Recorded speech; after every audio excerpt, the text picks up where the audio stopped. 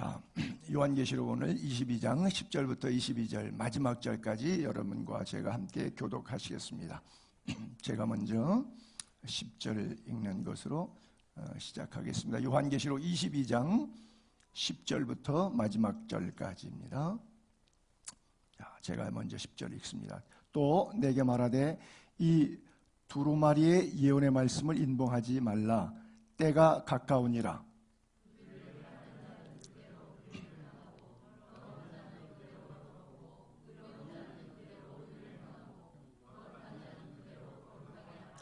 보라, 내가 속히 오리니 내가 줄 상이 내게 있어 각 사람에게 그 행한 대로 갚아주리라.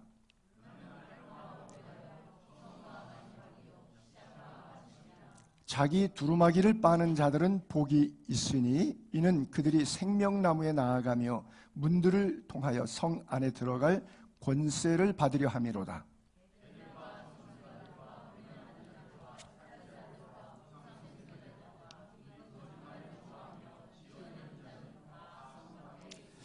나 예수는 교회들을 위하여 내 사자를 보내어 이것들을 너희에게 증언하게 하였노라. 나는 다윗의 뿌리요 자손이니 곧 광명한 새벽별이라 하시더라.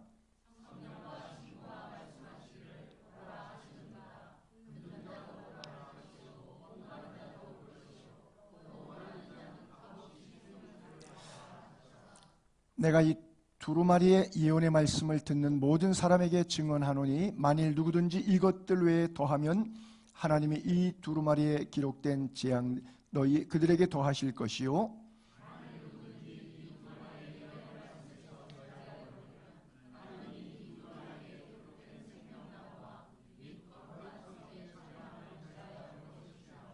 이것들을 증언하신 이가 이르시되 내가 진실로 속히 오리라 하시거늘 아멘. 주 예수여 오시옵소서. 아멘. 요한계시록만 52주째가 됩니다. 그리고 요한계시록 마지막인데요.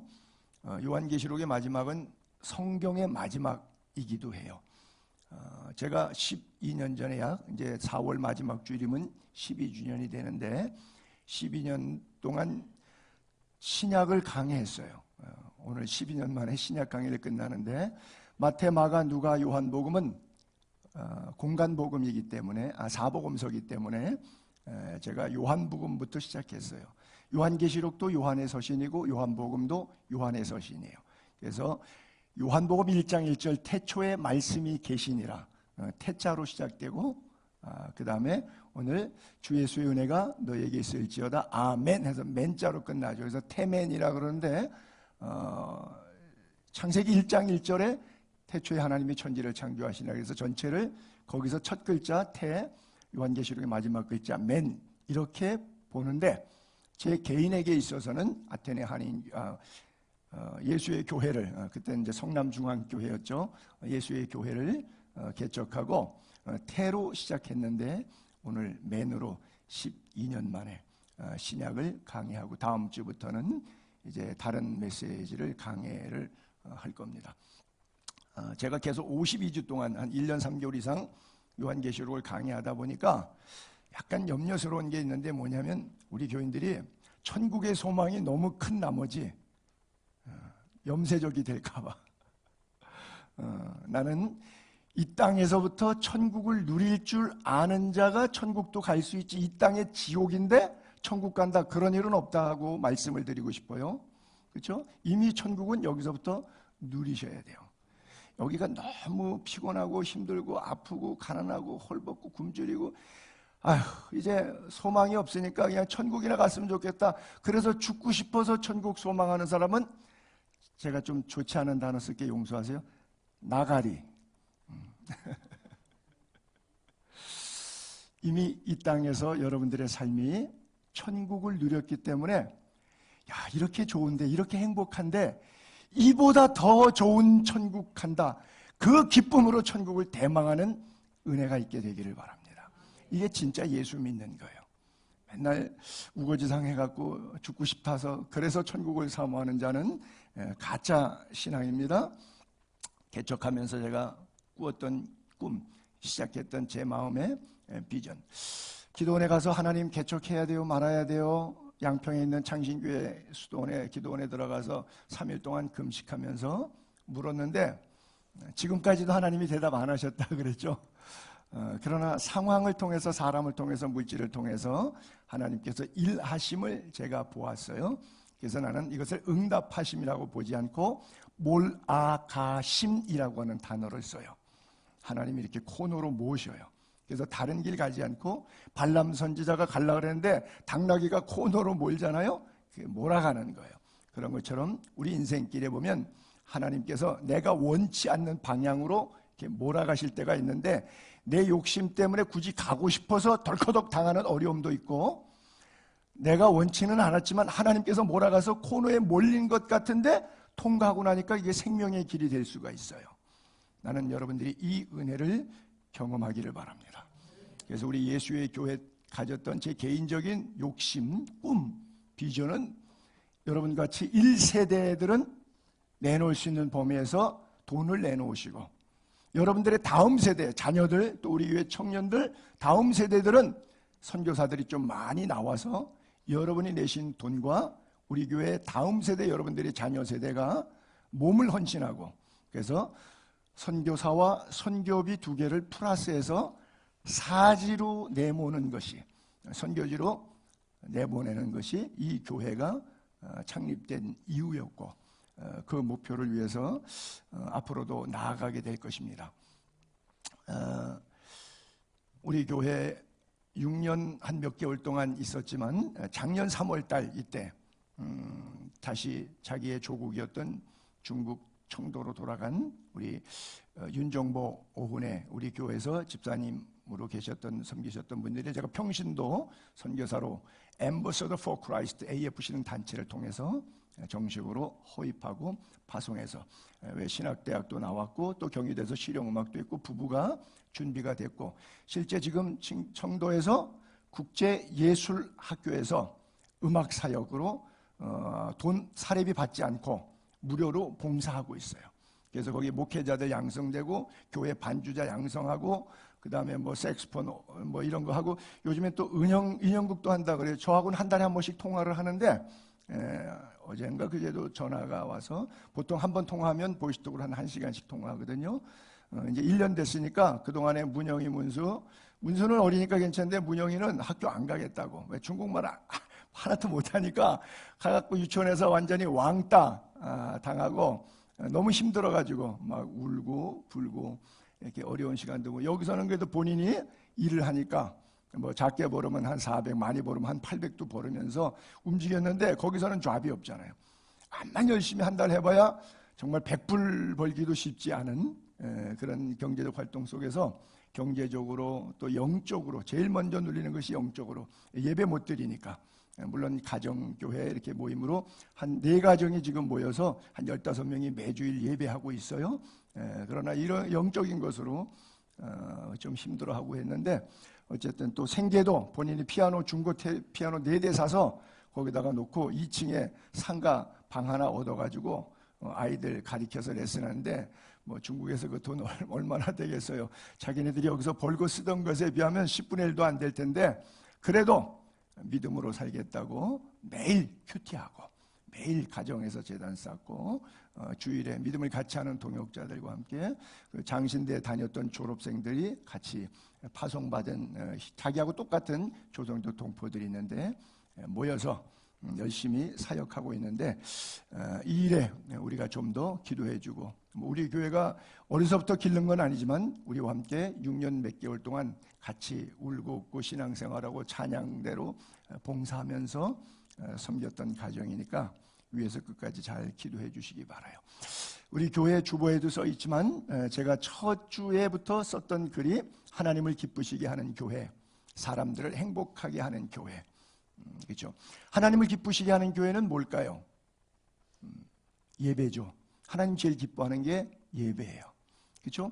사람을 기쁘시게 하는 건 사람을 행복하게 하는 건 뭐예요? 돈을 주면 행복하나요? 아니요, 그건 먹고 죽어요.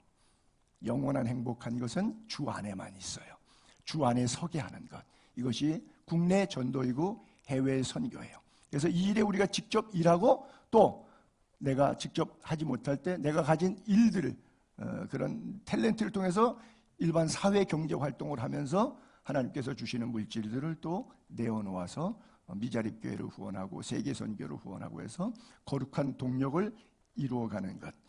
그래서 우리 교회가 앞으로도 이 일에 매진해야 되리라 생각하고요. 지구상의 모든 교회들은 다 투쟁하는 교회, 문제가 있죠. 그러면서도 불구하고 그 속에서 가장 문제를 극소화해내는 천국과 같은 교회가 되어야 돼요. 천국과 같은 교회가 되려면 어떤 공동체가 되어야 되겠어요? 첫째는 예배 공동체가 되어야 돼요. 예배 목숨 걸어야 돼요. 예배 공동체 돼요. 두 번째는 예배하고 여기가 좋사오니 그러면 안 되고요. 우리가 제자가 되어야 되죠. 그렇죠?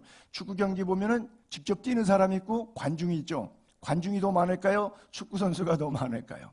관중이 더 많죠. 그러나 나는 우리 교회 교인들은 보통 그걸 파레티의 법칙에서 8대2 법칙이라 그래요. 어떤 조직 사회 단체든지 20%가 일하고 80%는 거기에 대한 혜택을 누리면서 같이 간다는 거예요. 나는 우리 교인들이 100% 8대2의 비율이 아니라 정말 주님 앞에서 다 제자 될 수 있기를 바랍니다. 구경꾼, 팬, 좋아서 막 따라하는 연예인들, 체육인들 팬 있잖아요. 그 팬이 아니라 여러분들이 체육인 하시고 여러분들이 연예인 하시고 여러분들이 제자가 되시기를 바랍니다. 예수 좋아하는 사람이 아니라 예수 따르는 제자의 삶을 살게 되기를 바랍니다. 그리고 선교 공동체, 국내 전도, 해외 선교에 있어서 우리가 몸으로 가든지 물질이 가든지 기도가 가든지 선교 공동체. 그리고 네 번째는 우리끼리 잘 모여서 사랑의 공동체가 되어야 되겠죠. 나눔의 공동체, 봉사의 공동체, 교제의 공동체, 이런 사랑의 공동체. 여러분 가슴 속에 그래서 그런 가슴을 가지고 신앙생활을 건강하게 하셨으면 참 좋겠습니다. 자, 오늘 이 마지막 부분에 가서 생명나무 그랬는데 제일 먼저 큰 새하늘과 새 땅, 그 다음에 새하늘과 새 땅에 거룩한 성 새 예루살렘, 그리고 거기 보좌가 있는데 하나님과 어린 양의 보좌로부터 물이 흘러요. 생명수 강이 흘러요. 그리고 강이 쭉 흐르니까 좌우에 나무가 있는데 이걸 생명나무라 그래요.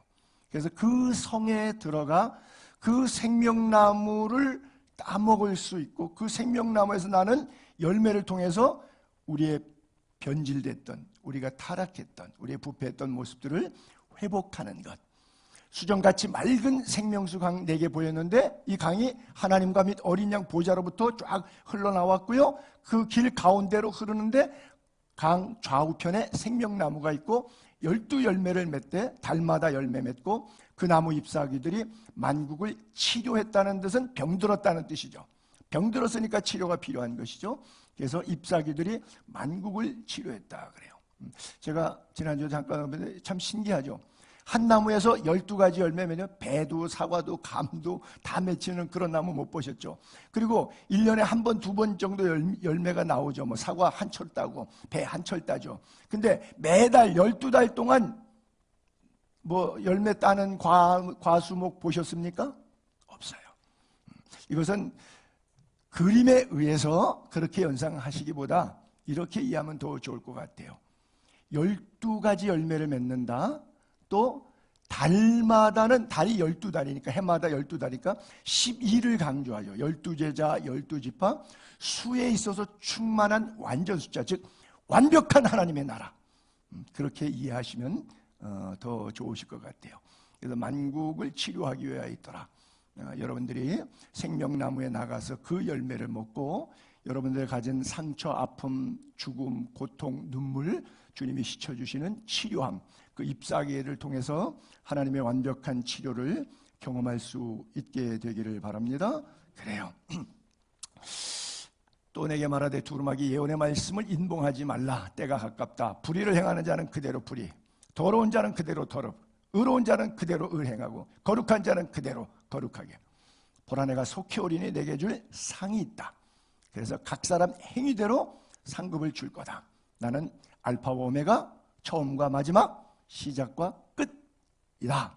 하나님 그렇게 말씀하고 계세요. 인봉하지 말라 그랬죠. 때가 가깝기 때문에 인봉하지 말라. 다시 말해서 자꾸 공개하라고 하는 것이죠. 자꾸 떠들라. 반복해서 설교해라. 입 다물지 말고 외치라는 거죠. 왜? 때가 가까우니까. 마지막 때가 가깝다. 여러분, 그 말씀했는데 2000년이 지났잖아요. 그러니까 여기서 항상 제가 말씀드리는데 종말은 역사적인 종말, 주님이 오시는 것과 개인적 종말, 내가 먼저 주님 만나러 가는 것인데, 성경에 말하는 속히 오신다, 때가 가깝다는 것은 내가 죽을 날 얼마 먼지 않았다. 그렇게 연상하면은 이해하는데 좀 쉬울 거예요. 물론 누구나 다 살아있는 동안에 주님을 만나고 싶겠죠. 그러나 하나님의 시간표에 있으니까 그것까지도 내 욕심대로 내가 원하는 대로, 어떤 사람은 마음이 굉장히 불편하고 힘들게 사시는 분이 있어요. 왜 힘들게 사냐면요, 이 지구가 자기 마음대로 돌아가야 돼. 뭐 남편도 아내도 자식도 뭐 사업도 내가 원하는 스타일로, 이게 지구가 내 마음대로 이렇게 돌아가야지, 내 마음대로 안 되면 막 속에서 화가 나고 속상해서 어쩔 줄을 몰라. 그러니까 스트레스 엄청 받아요. 몸과 마음이 편할 수가 없어요. 밥도 맛없고 때로는 잠도 안 오고 막 그래요. 막 불면증에 시달리고. 왜? 이 지구가 내 마음대로 돌아가는데 내 마음대로 안 돌아가니까. 그러지 마세요. 하루가 1000년 같고 1000년이 하루 같은 하나님의 손에 맡기시기 바랍니다. 근데 이게 아주 무서운 말씀이 11절에 보면 불의를 행하는 자는 불의를. 이게 뭐예요?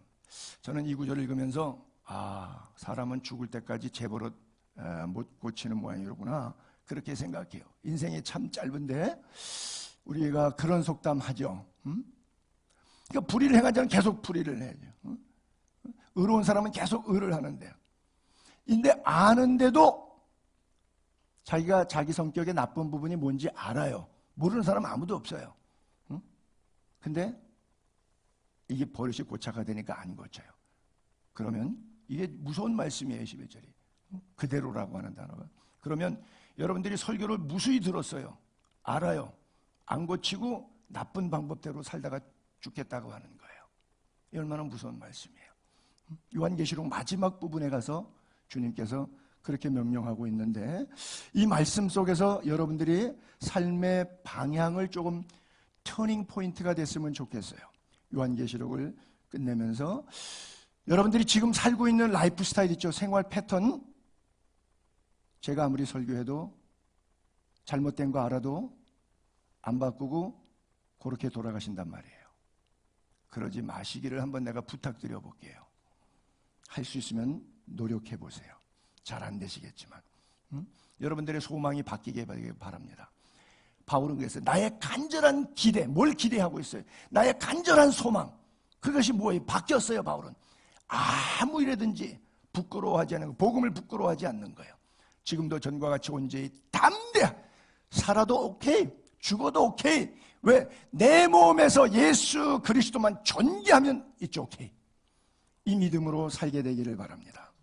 그래요. 날마다 이 은혜가 내가 존귀하게 되는 것이 아니라 주님의 이름을 높이는, 그래서 여러분들의 인생의 주인이 바뀌게 되기를 바랍니다. 내가 그리스도와 함께 십자가에 못 박혀 중생 구원받은 다음에, 그런즉 이제는 내가 인생의 내 주인공이 아니에요. 내 자동차의 핸들에 내가 운전하지 않아요. 나는 조수석에 앉아요. 주님이 내 차를 운전하세요. 내 안에 그리스도께서 운전하시는 거예요. 이제 내가 육체 가운데 남은 생에 사는 것은, 구원받은 이후의 모든 삶은 나를 사랑해서 날 위해서 자기 자신을 십자가에 내어주신 하나님의 아들 예수 그리스도를 믿는 믿음으로만 살아가는 거예요. 그렇게 살게 되기를 바랍니다. 그래서 믿음으로 산 사람은, 믿음으로 사는 자는 하늘 위로 받겠네. 무슨 일을 만나든지 만사형통하리라. 그 형통함이 인간적 형통이 아니라 하나님이 주시는 형통이에요. 오른쪽 가라 네, 구름기둥 따라가라 네, 불기둥 따라가라 네, 왼쪽 가라 네. 하나님이 인도하실 때 만족한 은혜 주실 줄로 믿고 따라가는 것, 상급을 믿는 은혜. 주님은 왜 알파와 오메가, 처음과 마지막, 그리고 시작과 끝이라 그랬잖아요. 우리가 역사의 세계관, 시간표를 좀 이해해 볼 필요가 있는데, 세계관이라는 단어를 쓸 때 이 세자가 1대, 2대, 3대, 4대 시간 개념입니다. 이게 대세자예요. 그 다음에 개자는 지경, 경계, 이 공간 개념이에요. 관은 뭐 본다는 뜻이, 그죠? 관광 뭐 이런 본다는 뜻인데, 그러면 시간과 공간을 보는 눈, 이게 세계관이에요. 다른 말로 하면 이것을 역사관이라고 해요.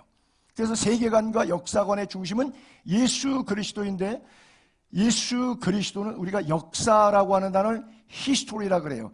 히스, 그의, 스토리, 이야기, 그의 이야기를 히스토리라 그래요. 역사라고 그래요. 그래서 우리의 역사의 연표 기준은 뭐죠? Before Christ, BC 주전 몇 년도. 그 다음에 예수님이 태어난 이후에, 이건 라틴어예요. 안노 도미네는, 안노는 해를 얘기하는 거예요. 이 year. 그 다음에 도미니는 주님. 코바디스 도미네, 주여 어디로 가십니까? 그래서 주님이 태어난 해를 얘기하고 있어요. 그러면 이 지구상의 세계관, 역사관의 중심은 누구예요? 예수예요. 이것은 단어 자체가 개념적으로 우리에게 말하고 있는 거예요. 믿으시기 바랍니다. 그래요. 자기 두루마기를 빠는 자들, 자기 옷을 빨래해서 깨끗하게 입는 사람 복이 있다. 성도의 행실을 이야기하죠. 회개를 얘기하죠. 이는 그들이 생명나무에 나아가고 문들을 통하여 성에, 거룩한 성 새 예루살렘에 들어간 권세를 얻는다.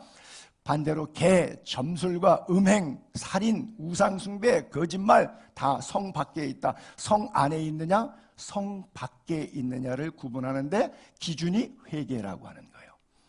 예수님 설교도, 세례요한 설교도, 베드로의 설교도, 바울의 설교도, 라오디게아 교회의 설교도 회개하라. 천국이 가까웠느니라요. 여러분, 날마다 새로운 구원의 은혜가 필요한 줄로 믿고 늘 회개하는 자로 이 땅을 살아가길 바랍니다. 내가 뭘 잘못한 게 있어? 이러시면 곤란해요. 우리 아버지가 목사예요.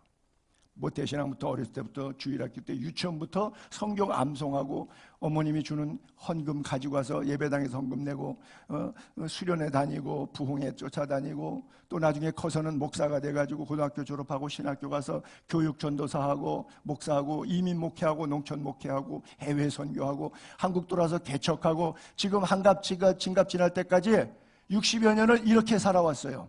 자, 회개하려고 눈 감아보니까 회개할 게 없어요. 뭐 살인죄, 간음죄, 도둑죄, 내가 뭘 회개할까 생각해보니까 회개할 게 없더라고요. 망한 거죠. 이 인간은 망한 인간이에요. 왜? 회개할 게 없어요. 나도 모르게 이런 인간이 되는 거예요. 나도 모르게 이런 인간이 되는 거예요. 우리가 다 이렇게 생각할 수 있어요. 여러분, 우리의 죄가 얼마나 많은지 스스로 깨닫는 은혜가 있게 되기를 바랍니다. 날마다 회개해도 부족해요. 날마다 회개해도 부족해요. 눈 부라리고 다른 사람 쳐다볼 겨를이 없어요. 어디 감히 자기의 모습만 봐도 날마다 회개해도, 날마다 울어도, 날마다 통곡해도. 나는 강단에 엎드릴 때마다 하나님 앞에 너무 부끄러워요. 그냥 어떤 1시간 동안 울기만 해요. 기도도 안 나와요. 너무 부끄러워서. 얼마나 율법적이고 얼마나 교만하고 얼마나 참혹한지 나 자신이 비참하게 느껴질 때가 너무나 많아요. 여러분, 심령이 가난한 자가 복이 있음을 믿고 그 가난한 자에게 하나님의 나라가 임함을 믿으시기 바랍니다. 그래요. 늘 자기 옷을 빠는 자가 되기를 바랍니다. 청결한 옷을 입는 자가 되시기 바랍니다. 그래요. 누가 흰 옷 입은 사람이에요? 큰 환난에서 나오는 사람인데 예수 믿고 예수님한테 용서 구해서 회개해서 그 행실을 깨끗하게 고치고 중생하고 은혜를 아는 자다운 삶을 사는 것. 어린 양의 피에 그 옷을 씻어 희게 된 사람. 그들이 하나님의 보좌에 있게 되더라고요. 그리고 하나님을 밤낮 섬겨요. 그랬더니 하나님께서 16절에 다시는 줄이지도 않냐고 목마르지도 않냐고 해나 아무 뜨거운 기운에 상하지도 않냐고 보좌 가운데 계신 어린 양이 목자가 돼가지고요 생명수 샘으로 인도해 주셔요. 생명수 강가로 우리를 인도해서요. 그리고 우리 삶 가운데 고난 속에서 눈물로 기도했던 그 눈의 모든 눈물을 씻어주시는 분이 바로 어린 양 예수 그리스도예요. 여러분, 건강한 교회, 좋은 목회자 만나서 영적으로 귀한 말씀의 자양분을 얻어서 살아갈 수 있다면 그 인생도 복된데, 여러분, 우리의 담임 목자가 어린 양 예수 그리스도가 되어주시면 끝난 거죠. 선한 목자 되신 예수, 양을 위하여 목숨을 내어주신 그 예수, 그분이 우리들의 눈에서 모든 눈물을 씻겨주신대요. 새 옷을 갈아입는 은혜가 있게 되기를 바랍니다. 옷을 갈아입는 것은 신분의 변화를 상징하죠. 특별히 우리가 탕자의 비유에서 보게 되면 아들이 회개합니다. 아버지, 내가 하늘과 아버지께 죄를 지었사오니 지금부터는 아버지의 아들이라 일컬음을 감당하지 못하겠나이다. 그리고 회개했더니 아버지가 아니라, 그리고 종들에게 명령, 야, 제일 좋은 옷 내어다가 입혀라. 손에 금가락지를 끼워라. 발에 좋은 신 신겨라. 그리고 살찐 송아지를 잡아다가 우리 마을에 잔치하자.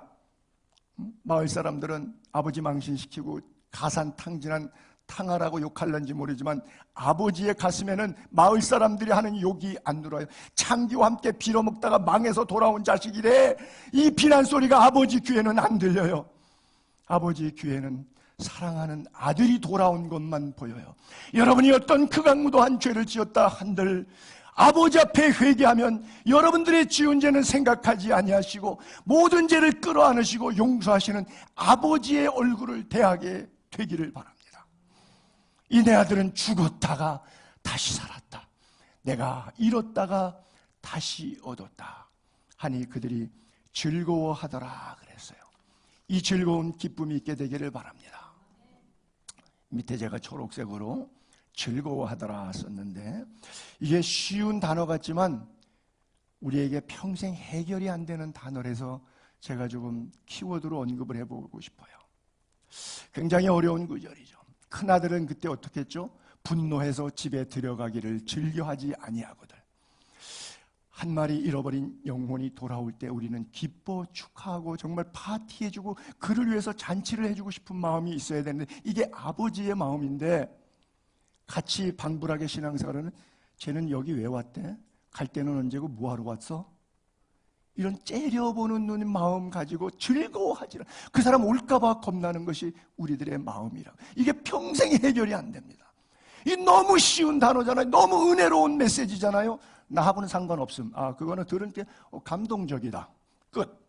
나 무관. 언제까지 이렇게 사시다가 돌아가시겠습니까? 우리 교회도 조금 있다가 갔는데 제 밑에 와서 훈련받고 싶다 한 2년 반 정도 전도사 수업받다 갔는데 그 친구는 12년 동안 교도소 생활을 3번 하고 갱단의 부두목으로 있었고 양쪽에 낫들고 50년간 싸워갖고 아주 12년 동안 옥살이를 오지게 했던 친구였죠. 여러분 아마 기억하실 거예요. 뭐 유튜브 나가니까 이름은 되지 않겠지만 그 친구를 주변에서 비난할 때 그 친구가 가장 힘들었던 이야기가 그거예요. 걸레는 빨아도 걸레야. 개과천선에서 12년 옥살이 깡패 생활 정리하고 신학교 와서 전도사 되고 교회 개척하고 목회하는데 그를 제일 힘들게 하는 것, 세상 사람들이 자기를 보는 시각, 과거에 얽매여서 발목 잡는 이야기. 걸레는 빨아도 걸레야. 걸레 빤다고 행주되냐? 누가 행주를 써? 그런 얘기를 많이 듣는 거예요. 이게 제일 가슴 아프다는 거예요. 왜 예수쟁이들이 그러죠? 성경은 우리에게 뭐라고 말씀하시죠? 그러므로 우리가 이제부터는 어떤 사람도 육신을 따라 알지 않냐. 과거 육신의 삶이 어땠다는 거 그거 자꾸 책 잡지 않는 거예요. 비록 우리가 그리스도도 육신을 따라 알았어요. 그리스도도 육신을 따라. 그러나 이제부터는 그렇게 하지 말아라. 왜? 누구든지 그리스도 안에 있으면 새로운 피조물이에요. 이전 것은 지나갔으니 보라 새 것이 되었도다. 내가 깨끗해서 의로워서 새 것이 된 것이 아니라 주 예수 그리스도의 피로 어린 양의 보혈로 씻혀서 옷을 빨아 입었기 때문에 그 옷이 아니라 주님의 피값이 된 것이에요. 피값으로 산 것이 되었기 때문에 그 누구도 누가 누구를 정죄할 능력과 권한이 없습니다. 모두를 사랑하는 것으로 사랑만 하다가 주님 앞에 서게 되기를 바랍니다. 그래요. 이 생명나무의 기능을 보게 되면 제일 먼저 생명나무가 한 성경에 4번 정도 써 있는데 창세기에 나오고 요한계시록에 나와요. 여호와 하나님이 동산에 에덴 동산을 만드셨을 때 사람을 거기에 두고 그 땅에 보기에도 아름답고 먹기에도 좋은 2개의 나무가 있었어요. 동산 센터에 생명나무가 하나 있고 역시 보기에도 아름답고 먹기에 좋은 생명나무, 또 하나가 선악과인데 선악과도 보기에도 아름답고 먹기에 좋은 나무가 있어요. 동산 가운데 제가 이렇게 질문하고 싶어요. 여러분 가운데, 여러분 중심에, 여러분 삶의 인생의 가장 중요한 중심부에, 여러분 심장에 선악과가 있습니까? 생명나무가 있습니까?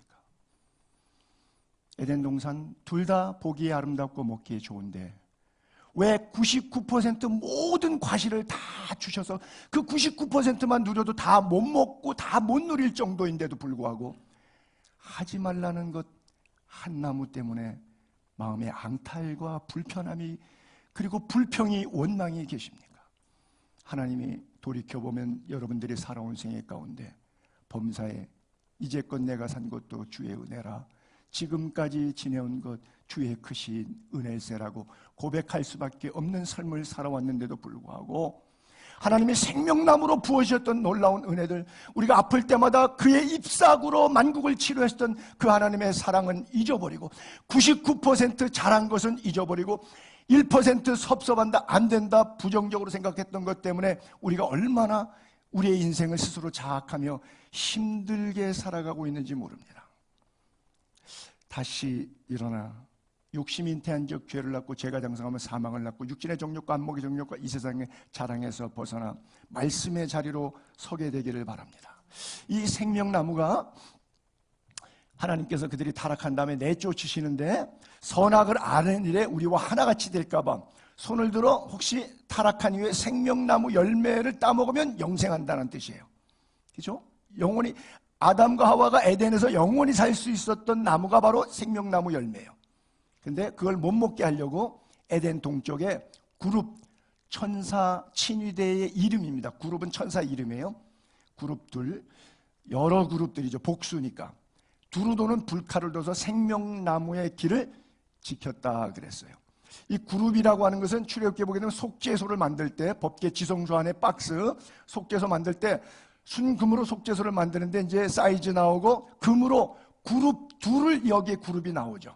속죄소 두 끝에 한 그룹 이쪽, 한 그룹은 저쪽, 독수리 두 마리와 같은 형태로 서로 날개를 펴서 한 덩어리로 바라보는 건데 그룹들이 속죄소를 서로 향해서 있어요. 속죄소 궤 위에 있어요. 근데 22절에 거기서 내가 너와 만나고 속죄소 위 곧 증거궤 위에 있는 두 그룹 천사들 사이에서 내가 이스라엘 자손을 위하여 명령할 모든 일을 내가 이르라.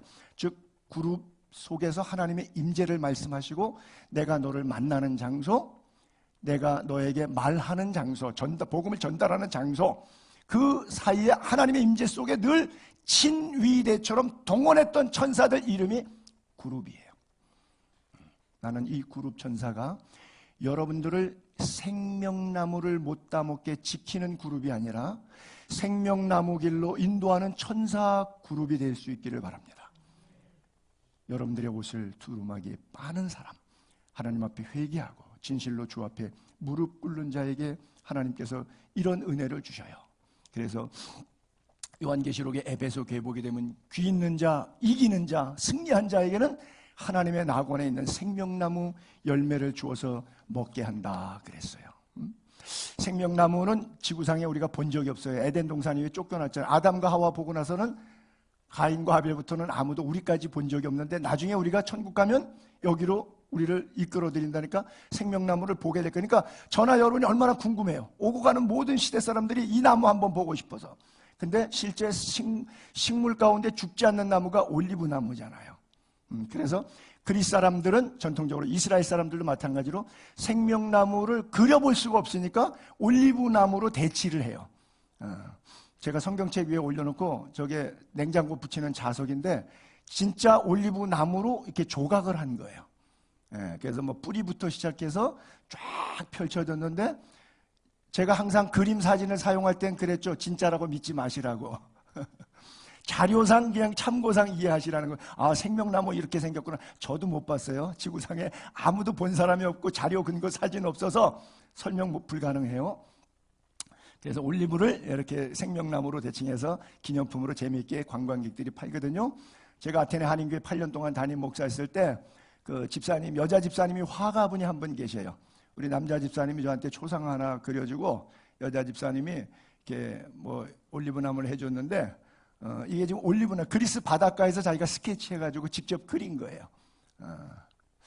이 올리브를 이제 어떤 상징적으로 이렇게 생명나무처럼 말씀을 해서 그냥 잠깐 그림으로 이해하시고 넘어갈게요. 예수님은 광명한 새벽별이라, 그리고 누구든지 다 오라, 값없이 생명수를 받으라 그랬어요. 루시퍼, 타락한 천사 루시퍼가 바로 광명한 새벽별, 광명성이라고 그러죠. 아주 밝게 빛나는 별, 그래서 모닝스타라고도 하는데, 예수님이 바로 광명한 새벽별인데 타락한 천사가 그 자리에 지가 앉아서 뭇별 위에 올라 자기를 광명성이라고 이렇게 불렀는데, 결국 사탄의 권세가 깨지고 예수님이 그것을 찬탈하는, 승리하는 것을 상징적으로 그렇게 말씀하셨기 때문에 예수님 앞에, 생명 살리는 생수의 근원 되신 예수 앞에 다 나오라, 그렇게 말씀하고 있는 거고요. 하나님이 세상을 처럼 사랑하사 독생자를 주셨으니 이는 그를 믿는 자마다 멸망하지 않고 영생을 얻게 하려. 하나님이 그 아들을 세상에 보내신 이유는 세상을 심판하기 위해서가 아니라 구원 얻기 위해서. 그래서 그를 믿는 자는 심판받는 것이 아니라 심판을 받지 아니하는 것이고, 믿지 않는 자는 이미 벌써 심판을 받았다. 그래서 초림 처음에 오실 때는 오은 일 없, 사랑만 가지고 오세요. 사랑만 가지고 오세요. 다른 거 안 가고. 두 번째 다시 오실 때는 사랑은 놓고 심판하는 권세만 가지고 오세요. 여러분은 누가 여러분을 제일 사랑할 것 같아요? 예수님이 여러분을 제일 사랑하십니다. 믿으시기 바랍니다. 그래요. 너 하늘아, 이 일로 말미암아 놀랄지어다, 심히 떨지어다, 두려워할지어다. 내 백성이 두 가지 악을 행했는데, 하나가 뭐예요? 생수의 근원 되신 하나님을 버린 것. 그리고 평생 모아봐야 모아지지도 않아. 그 물을 가두지 못할 터진 웅덩이, 밑 빠진 독에 물 붓기 시기는 거예요. 여러분, 이제부터는 남은 생에 하나님께 집중하고 그 경건성 때문에 더 건강하고 행복하기를 바랍니다. 어제 제 3년 선배 되시는 분 목사님이 갑자기 이렇게 림프종 암에 걸리셨다고 해갖고서는 병원에 가서 뭐 사경을 헤매고 다시 집에 오셨는데, 좀 예후가 다시 좀 좋아져가지고 제가 신방을 갔다 왔는데, 그래서 제가 물어, 선배님, 이 발병의 원인이 뭐 같으세요? 이랬더니 내가 하나님 앞에 죄를 많이 져서 그렇지. 그래서 내가 너무 그거를 의도한 게 아닌데 제 질문하고 좀 복잡한. 그래서 왜 어떤 상황적 있잖아요.